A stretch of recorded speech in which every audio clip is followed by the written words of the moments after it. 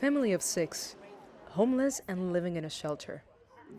That's a reality for families in South Florida who can no longer afford rent. I'm glad that we're here because if we wasn't here, we'd be on the street. My children are 14 and 16. She's 33, and my grandson is 7. The Hardens were evicted from the rental property in March. They're living now at the Chapman Partnership Homeless Shelter in Miami. Rent prices have surged all across the nation, and Miami continues to see some of the highest rental price increases. Rents in some months this year soared as much as 46% over what they were in 2021.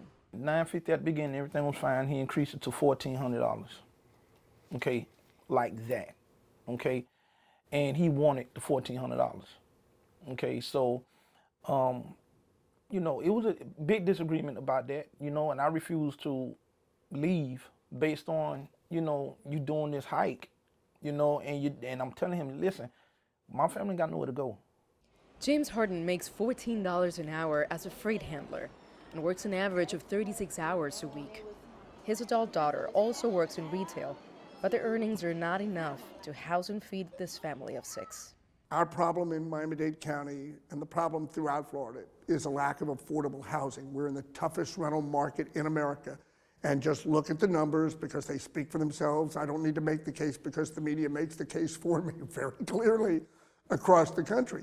But it's not just affordability, it's the lack of availability, even if you could afford the rents. We are calling on Governor DeSantis to declare a housing state of emergency. Housing affordability is a top issue for Floridians in the upcoming midterm elections.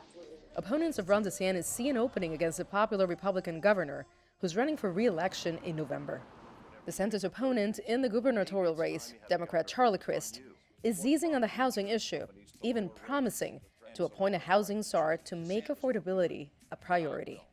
Housing advocates continue to call for a cap in rent increases, but there's little political appetite from either party to enact rent control statewide. For now, the Hardens are on a local government waiting list for affordable housing. And though the future is looking uncertain, they know they have each other. Whether we're in Chapman, it's still a village. It keeps moving. And I'm not going to leave them. I will leave when I know everyone's good.